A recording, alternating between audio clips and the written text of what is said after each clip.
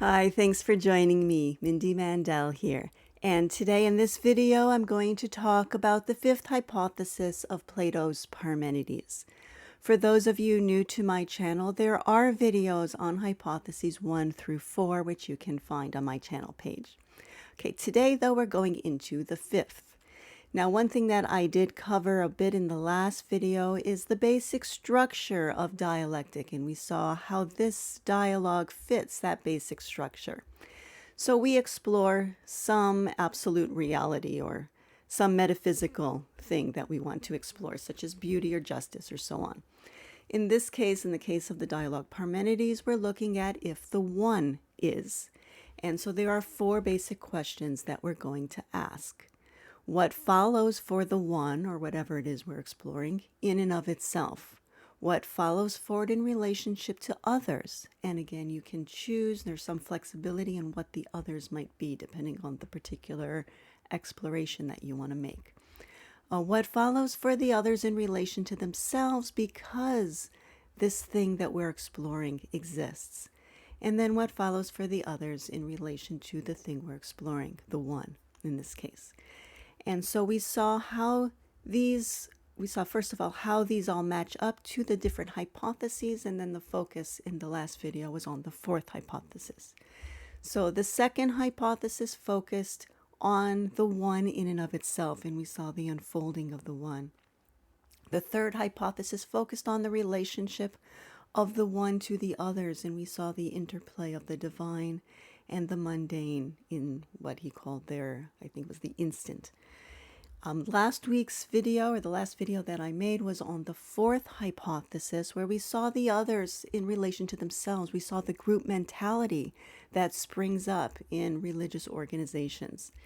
Today's video is going to move on to the 5th hypothesis, and here again we are focusing on the others, but this time not that group mentality. Instead, what we're focusing on is their relationship to the one, which will be different from the 3rd hypothesis, because that was focusing on the one in relation to the others. Now we're looking at the others in relation to the one, and we'll see how this relationship is different.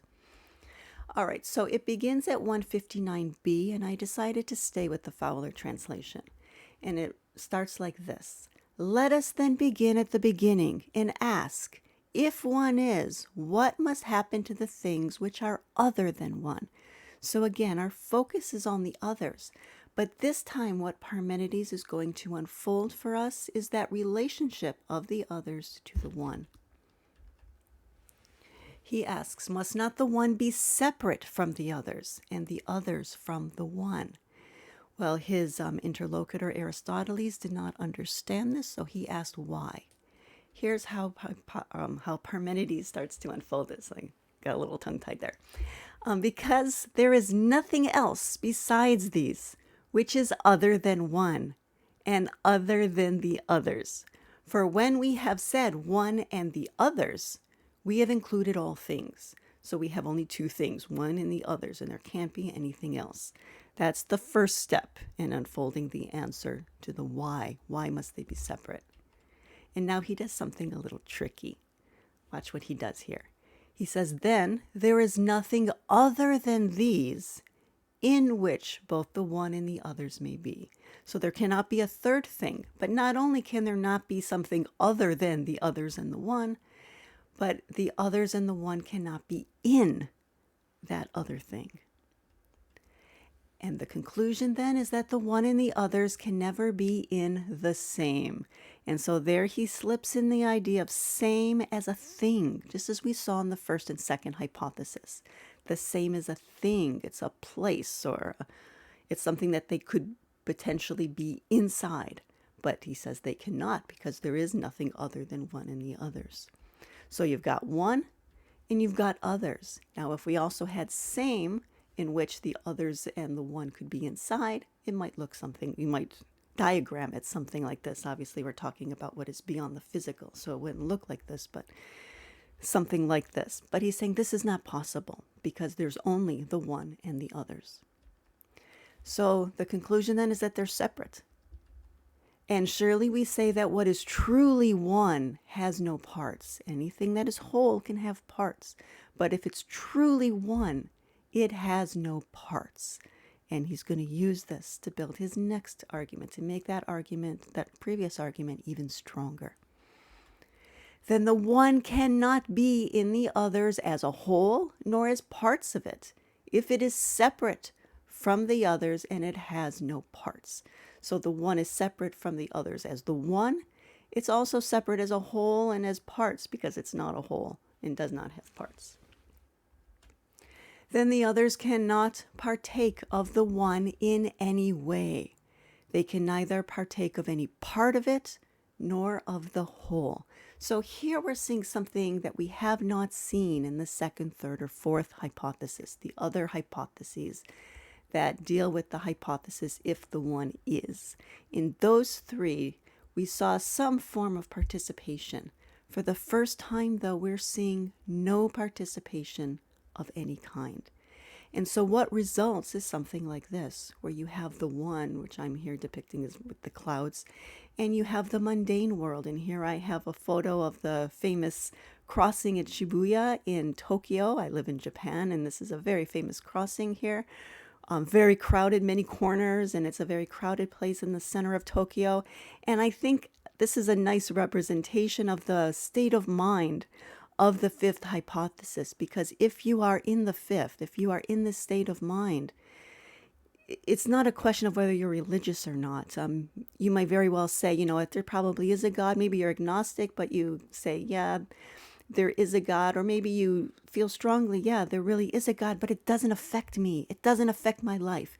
And if you're caught in the rat race, for example, like many of these business people are, then it's very easy to fall into that state of mind. And that's the state of mind of the fifth. I think this picture beautifully captures what I see in the fifth hypothesis. I'm very curious what you see in the fifth. There is a transcendental element to it, but I think transcendental meditation carries with it the idea of participation in some level. Otherwise, the meditation wouldn't be meaningful. There'd be no point in meditating if you can never participate in what is higher. But these people in this photo are perhaps very much caught, maybe at least some of them are caught in this mentality where they say, yeah, I'm not against the idea of God. I was raised on that idea, and it feels right to me that maybe there must be a cause of all of this, but it doesn't affect my life. And that's the state of mind of the fifth hypothesis.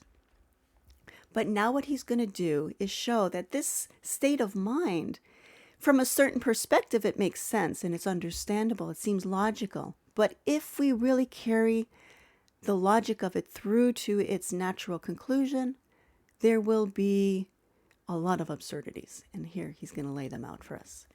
The others are then not one in any sense, nor have they in themselves any unity. So it's one thing to say that I as a human being don't feel any connection to the divine. But if I am a being who does not participate in the one, see, now we're stripping away the language of religion. It's not just God. God is some abstract concept that we cannot wrap our heads around.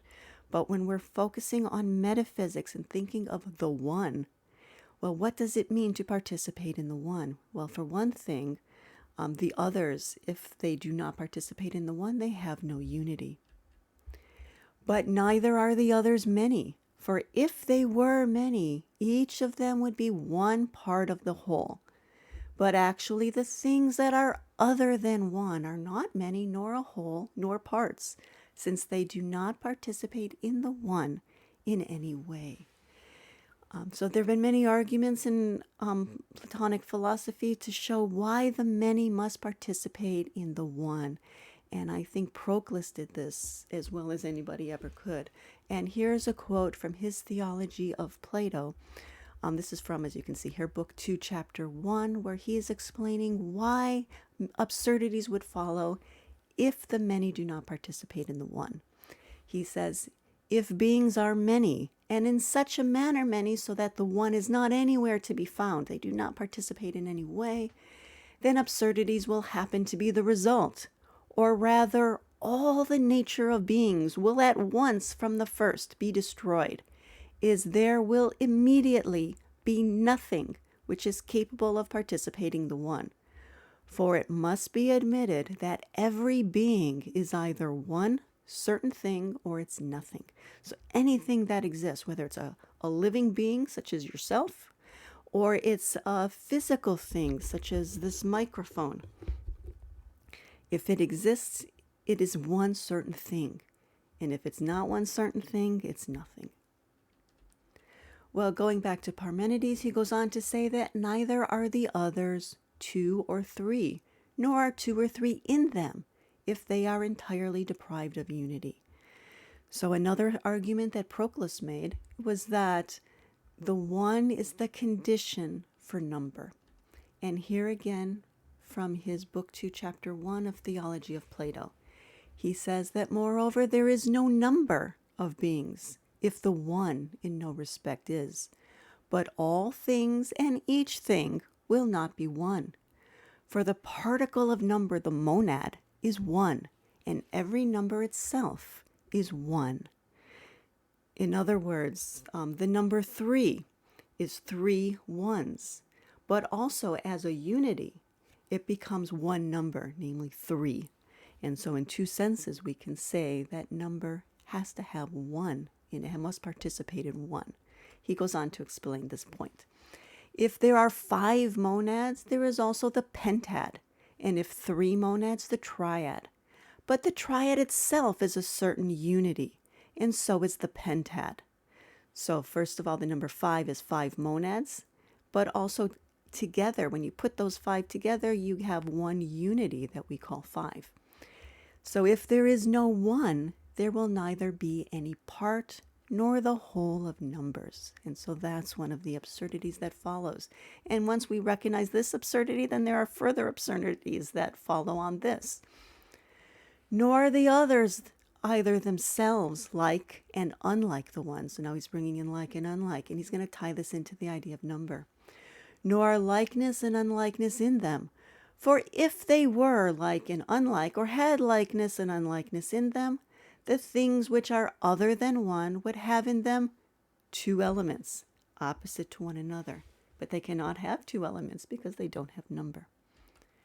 It is impossible for that to partake of 2 things, which does not even partake of one, because one, of course, is 2 monads. The others are then not like nor unlike, nor both. For if they were like or unlike, they would partake of one of the 2 elements, and if they were both, of the 2 opposites. And that was shown to be impossible. Again, building on the idea that if the others partake in no way of the one, then they do not partake in number.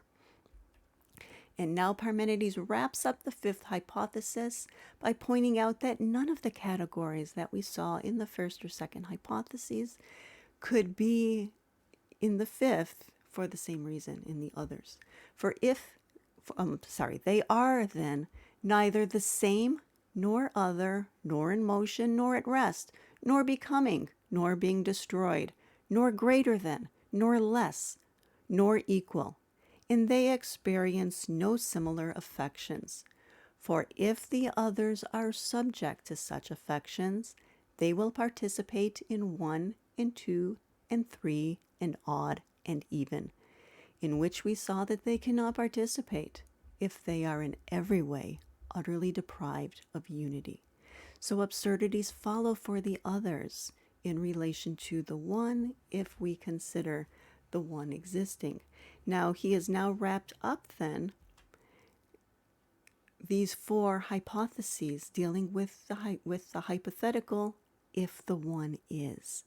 And we saw something wrong with every one of them. And he's now going to put together a final conclusion. Or actually the 2nd and 3rd, we can see something in it that fits our spiritual practice. But when we put the 4 together, then there are contradictions and there are problems. And so here's the conclusion he makes for those 4 together. He says, if one exists, the one is all things and it's nothing at all, in relation both to itself and to all others. And so if you accept this conclusion, it means you would have to cancel out all 4 of those, that none of them are correct. And so that leaves us only the first hypothesis, but we still have to consider the hypothetical if the one does not exist or is not functioning. And that discussion begins with hypothesis 6, which is going to be my next video. So I'd like to hear your comments or your questions, if you have any, about this hypothesis. Also, if you enjoyed this, if you found it helpful, I would appreciate you hitting the like button. It does help the algorithm in some way. And if you don't already subscribe, I do hope you will. Either way, though, my next video will be on the 6th hypothesis, and I do hope you'll join me for that.